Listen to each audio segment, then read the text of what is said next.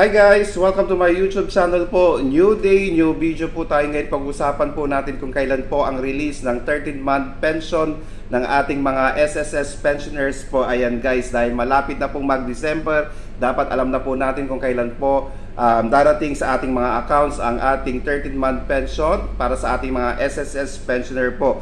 Kung ang date of contingency po natin ay 1 to 15 po, December 1, 2025 po i-release ang inyong monthly pension.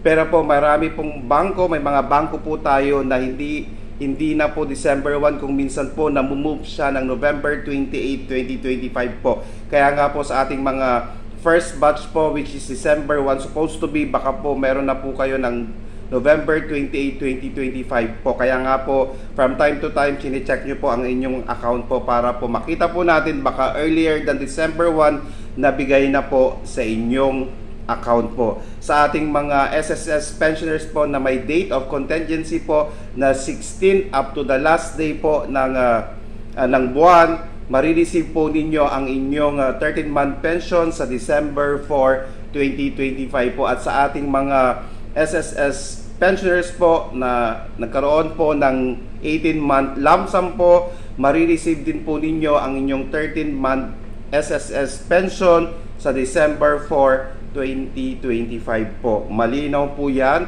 Kaya sa ating mga first batch po, kung minsan namumove po siya earlier, kaya po pakicheck na lang po by November 28, 2025 ang inyong SSS 13-month pension po. Sa ating mga second batch po, which is 16 to katapusan po ng buwan ang kanilang date of contingencies, pakicheck po ninyo by December 4 po.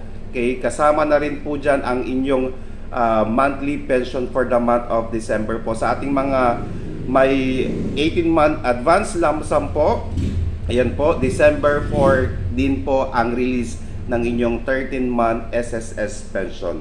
Okay, sa ating mga SSS pensioners po, sana nakatulong po ako. Please do not forget to subscribe, like, and share para po lagi po kayong updated sa ating mga videos. Maraming salamat po and stay safe. Bye-bye!